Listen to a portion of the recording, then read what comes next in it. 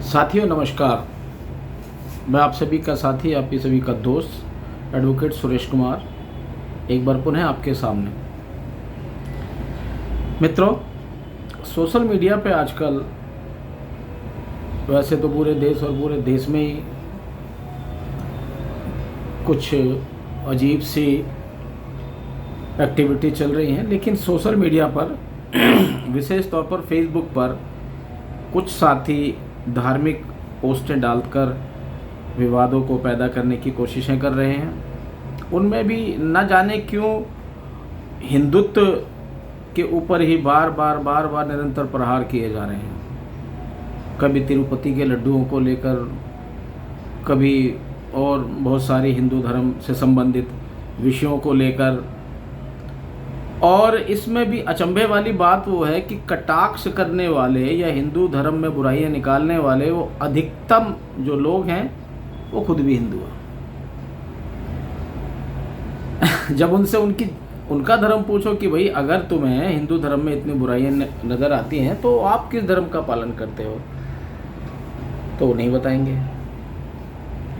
जातियां हैं, जातियों अपने आप को हिंदू धर्म की जो देन जातियां हैं उन्हीं जातियों को लेकर चलते हैं। गोत्र प्रथाओं को भी बराबर मानते हैं। अगर अपने बच्चों की शादियां करनी हो तो गोत्र प्रथा को भी देखेंगे।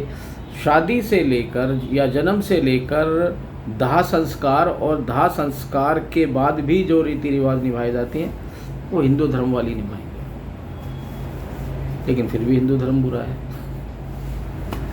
मित्रों, आरक्षण जो हमारे देश में आरक्षण की व्यवस्था है वो एससी कोटे का जो आरक्षण है, यानी अनुसूचित जाति वर्ग का जो आरक्षण है, वो कुछ जातियों को अनुसूचित जातियों की श्रेणी में डाला हुआ है। जैसे जाटव यानी चमार, वाल्मीकि, धोबी, खटीक, धानक और भी ऐसी कई जातियां हैं जिन्हें अनुसूचित जाति वर्ग में डाला हुआ है और उन्हीं जातियों के आधार पर आरक्षण भी दिया जाता है।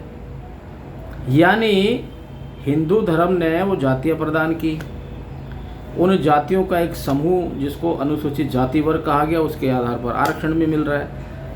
आरक्षण लेने के लिए तो ये लोग हिंदू बन जाएंगे। मैं चमार, मैं वाल्मीकि, मैं धानक, मैं खटीक, मैं धोबी, और आरक्षण मिलने के बाद ये शिक्षा प्राप्त कर लेंगे, अच्छे पदों को प्राप्त कर लेंगे, राजनीति में आ जाएंगे, संपन्न हो जाएंगे, उसके बाद हिंदू धर्म बुरा है।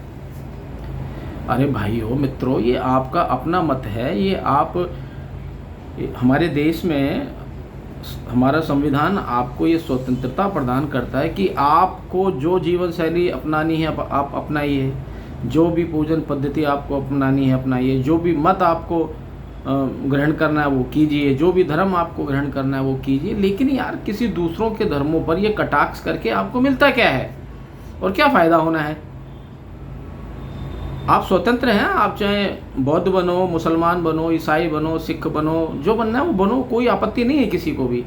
लेकिन इस तरीके से धार्मिक विवाद पैदा करके देश की शांति बिगड़ती है, कानून व्यवस्था बिगड़ती है, एक दूसरे में वैर वैमनस्य यानी भाईचारा खराब होता है।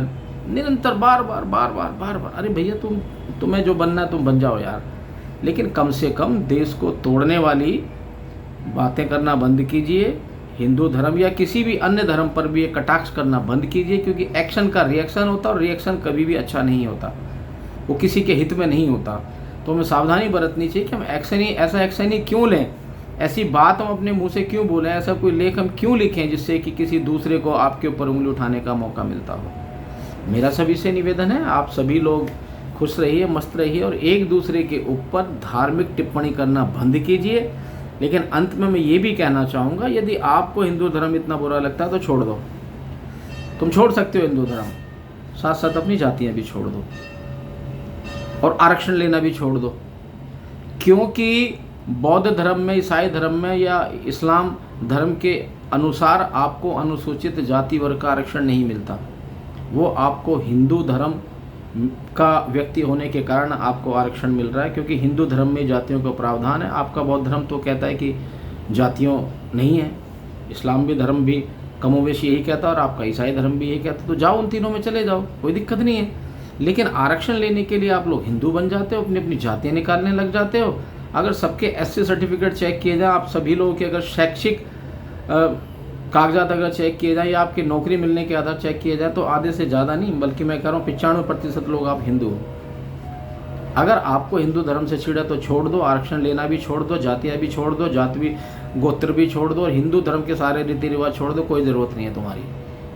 क्योंकि जिस थाली में खाओगे उस थाली में छेद करोगे तो फ़र्क पड़ता है, तो आपको जवाब दिया जाएगा। मैं आपसे पुनः एक बार करबद्ध एक बार निवेदन करना चाहूँगा, इस तरीके का धार्मिक कटाक्ष और विशेष तौर पर हिंदुत्व पर कटाक्ष करना आप बंद कर दीजिए। और कई बार आप लोग बाबा साहब का भी नाम लेते हैं कि बाबा साहब ने हिंदू धर्म छोड़ा, दूसरी तरफ तुम लोग कहते हो हिंदू धर्म कोई हिंदू धर्म ही नहीं है। आप सही हो या बाबा साहब सही थे? बाबा साहब स्वीकार करते हैं कि हिंदू धर्म था, और तुम लोग कहते हो हिंदू धर्म कोई धर्म ही नहीं था। बाबा साहब ने खुद ने कहा था कि मैं हिंदू धर्म में पैदा हुआ, ये मेरे बस की बात नहीं थी, लेकिन मैं हिंदू धर्म में मरूंगा नहीं, ये मेरे बस की बात है। यानी कि वो मानते थे कि हिंदू धर्म था, और माफ़ करना वो उनका पूरा जीवन हिंदू धर्म में बीता था। मरने के कुछ दिनों पहले ही उन्होंने बौद्ध धर्म ग्रहण किया था, और उसके बाद वो दुनिया से रुखसत हो गए थे। तो ऐसे महान व्यक्तित्व के नाम को भी आप लोग घसीटना बंद कीजिए। बाबा साहब किसी परिचय के मोहताज नहीं हैं। बाबा साहब ने जो संघर्ष और जो उनका योगदान रहा वो किसी परिचय का मोहताज नहीं है। आप ऐसी महान शख्सियत को भी अपने स्वार्थ के लिए घसीटना बंद कीजिए, और धार्मिक विवाद किसी भी धर्म के ऊपर आप बंद कीजिए, इससे भाईचारा बिगड़ता है। धन्यवाद। मैं आप सभी का साथी एडवोकेट सुरेश कुमार।